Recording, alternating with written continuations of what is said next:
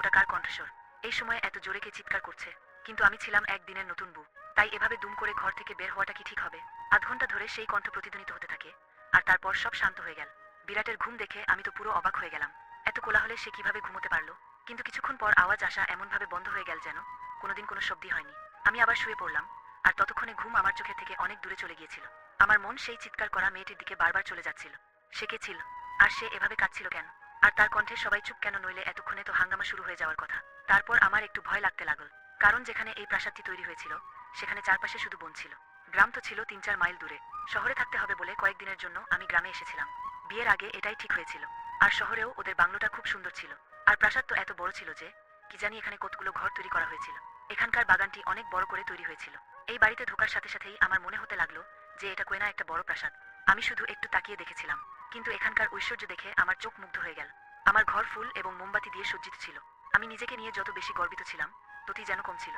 আমাদের দুজনকে দেখে সবাই বলতো চাঁদ সূর্যের জুটি। কিন্তু আজ রাতে যা শুনলাম, আমার মাথা কাজ করা বন্ধ করে দিয়েছিল। জানি না, ভাবতে ভাবতে কখন যে ঘুমের মাঝে হারিয়ে গেলাম। সকালে বিরাট সুন্দর হাসি মুখে আমাকে জাগিয়ে তুলল। বলতে লাগল, উঠুন ম্যাডাম, এটি এমন একটি শহর নয় যেখানে আপনি শান্তিতে ঘুমাতে পারেন। আমি যখন ধীরে ধীরে চোখ খুললাম, দেখলাম সে ইতিমধ্যেই উঠে গেছে। বিরাট বিছানা থেকে উঠে জামা কাপড় বের করছিল। আমাকে বলা শুরু করলো যে তোমার কাপড় ড্রেসিং রুমে আছে, সেখানেই তোমাকে পড়তে হবে। এই কথা বলে সে ওয়াশরুমে চলে গেল। আমি আরাম করে উঠে বসে পড়লাম। প্রথমে তো আমার এমন মনে হয়েছিল যে গত রাতের কথাটা আমার কোনো বাহানা বা মনের ভুল। আমি ওই কথাটাই ভাবতে ভাবতে ড্রেসিং রুমে চলে গেলাম, যেটা আমারই ঘরের সাথে বানানো হয়েছিল। এত ভারী পোশাক দেখে আমার চোখ ছানাবড়া হয়ে গেল। ফ্রেশ হয়ে অনেক কষ্টে সেই জামাটা আমি পরলাম। বিরাট যখন ঘর থেকে বেরিয়ে গেল, কিছু মেয়ে আমাকে জিজ্ঞেস করে আমার রুমে এসে আমাকে গয়না পরিয়ে দিল, আমায় সাজিয়ে দিয়ে গেল। আজ আমি যখন ড্রেস পরে বের হলাম, তখন আমার শ্বশুর আমার সামনে সোফায় বসেছিলেন। তিনি আমাকে দেখে হাসতে লাগলেন। তারপর আমার কাছে এসে আমার উপর কয়েক হাজারের নোট বর্ষণ করে আমাকে স্বাগত জানালেন। তারপর আমাকে বাইরে নিয়ে যাওয়া হলো, যেখানে গ্রামের মহিলারা আমাকে দেখার জন্য অপেক্ষা করছিল। জানি না কতক্ষণ তারা প্রচন্ড রোদ বসেছিল আমাকে এক ঝলক দেখার জন্য। আমার শ্বশুর বলতে শুরু করলেন যে তিনি আমাদের বাড়ির নতুন মালকিন, বিরাটের স্ত্রী। সমস্ত মহিলা আমাকে নমস্কার জানাতে শুরু করলেন। সেখানে বেশি সময় থাকতে পারলাম না। প্রখর সূর্যের তাপ আমার অবস্থা আরো খারাপ করে দিল। তাড়াতাড়ি আমি আমার ঘরের ভিতরে ঢুকে পড়লাম আর এসি অন করে বসলাম। দিনভর একটানা মানুষ আসা যাওয়া করতে থাকলো। বিরাটের সাথে আমার দেখা হয়েছিল শুধু গত রাতেই, নইলে সারাদিন সে বিভিন্ন পুরুষদের সঙ্গে ছিল। গ্রামের আরও কিছু আচার অনুষ্ঠান আছে। এখানে স্বামী স্ত্রী একে অপরের সাথে কম সময় কাটায় এবং অন্যদের সাথে বেশি সময় কাটায়। আমার ক্ষেত্রেও তাই হয়েছে। রাতে আমি ক্লান্ত হয়ে পড়েছিলাম, সেজন্য আমি শুয়ে পড়ার সাথে সাথেই ঘুমিয়ে পড়লাম। আর বিরাট আমাকে বলতে লাগল যে গ্রামের পরিবেশ দেখে তো তুমি বিরক্ত হয়ে গেছো। সে আমার দিকে আদর করে তাকাল। তারপর আমি চোখ খুলে একটু হেসে দিলাম। আমি বললাম, বিরাট, এবার তাড়াতাড়ি শহরে ফিরে যাওয়ার কথা ভাবো। আমি এমন পরিবেশে অভ্যস্ত নেই। আমার কথায় কেন জানি না বিরাটের হাসি মিলিয়ে গেল। তারপর বিছানায় হেলান দিয়ে সে বসল। বলা শুরু করলো, এখন তো সেটা সম্ভব না, কিন্তু আমি চেষ্টা করব। আমি ঘুমিয়ে থাকলেও চোখ মেলে তার দিকে তাকাতে লাগলাম। বিরাট, আমি 2 দিনের বেশি গ্রামে থাকতে পারবো না। তুমি এটা খুব ভালো করেই জানো। এখনকার পোশাকে, এখানকার জীবনযাত্রায় আমি দমবন্ধ অনুভব করি। অদ্ভুত এক শ্বাসরুদ্ধকর পরিবেশ এখানে। আমি থাকতে পারবো না। আমার কথা শুনে সে গভীর চিন্তায় পড়ে গেল। তখন সে একটা সিগারেট বের করে লাইটার দিয়ে জ্বালিয়ে ধূমপান করতে লাগল। আমার ঘুম পেয়েছিল, তাই আমি তাড়াতাড়ি ঘুমিয়ে পড়েছিলাম। রাতে আবার একই শব্দে আমার চোখ খুলে গেল। সেই একটি মেয়ের চিৎকার। নিজেকে বাঁচানোর জন্য সাহায্য চাইছিল সে।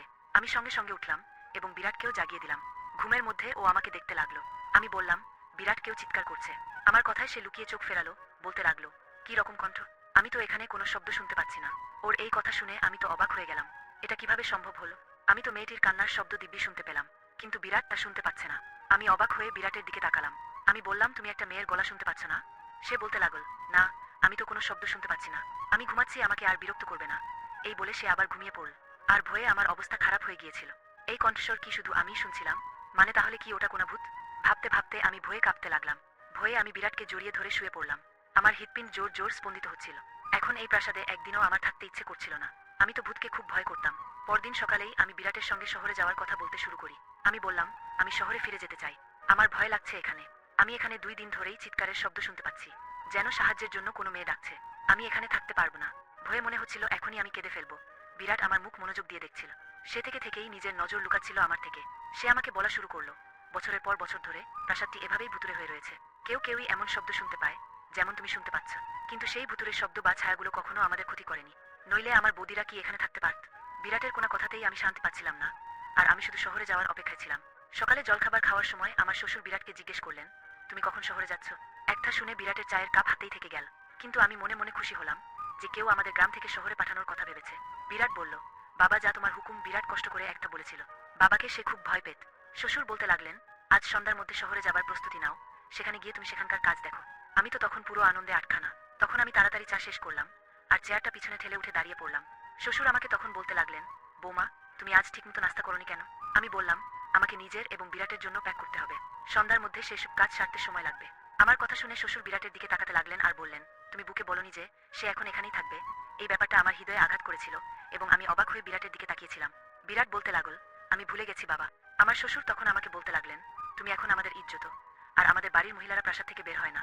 তুমি এখানেই থাকবে, শহরে শুধু বিরাট যাবে। আমি এটা শুনে হতবাক হয়ে গিয়েছিলাম। বিরাট এটা আগে বলেনি আমায়। সে আমাকে এটাই বলেছিল যে আমাকে কিছুদিন মাত্র গ্রামে থাকতে হবে, তারপর সে আমাকে তার সাথে শহরে নিয়ে যাবে। আমি রাগ করে উঠে ঘরে চলে গেলাম। আমাকে মিথ্যা বলা হয়েছিল। কিছুক্ষণ পর ঘরে এলো বিরাট। আমি কাঁদতে কাঁদতে বললাম, আমি এই ভুতুরে বাড়িতে থাকতে চাই না। তুমি আমাকে বলেছিলে যে আমরা শহরে থাকবো। তুমি গিয়ে তোমার বাবাকে বলো। আমার কথা শুনে সে আমার পাশে বসে খুব আদর করে বলল, আমি এখনই তোমাকে শহরে নিয়ে যেতে পারবো না। শুধু কয়েক মাস তুমি এখানে থাকো, এখানকার নারীদের মতো করেই। তারপর তোমায় আমি শহরে নিয়ে যাব। আমি বললাম, তোমাকে ছাড়া আমি এখানে থাকবো না। রাতের সেই চিৎকার আমাকে প্রাণে মেরে ফেলবে। আমি খুবই আতঙ্কিত ছিলাম। সে আমাকে বলতে লাগল, ওইসব চিৎকারে কান দেবে না। সে যেই হোক না কেন, সে তোমার কোনো ক্ষতি করবে না। এইটা আমি তোমাকে কথা দিতে পারি। তুমি শুধু রুমটা লক করে রাখবে আর রাতে একদম বাইরে বেরোবে না। বিরাটের কথা আমাকে অনেক ভয় পাইয়ে দিল। আমি বললাম, রাতে এই ঘরে আমি একা ঘুমাতে পারবো না। বিরাট কিছু একটা ভাবতে থাকলো।